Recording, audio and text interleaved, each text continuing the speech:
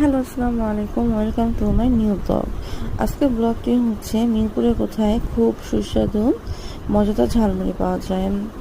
এটা হচ্ছে মিরপুর 2-এ অবস্থিত। এই মামার ঝালমুড়িটা খুবই খুবই অসাধারণ এবং সম্পূর্ণ স্বাস্থ্যকর।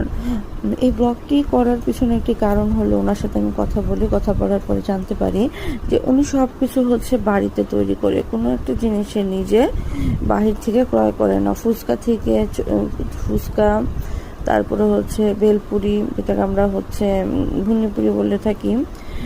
এই যে ঘুগনিটা সব কিছু নাকি সে বাড়িতে তৈরি করে। কারণ হচ্ছে সে বলে যে আমি লাভ করব অল্প, কিন্তু হচ্ছে আমি মানুষকে ভালো কিছু খাওয়াবো।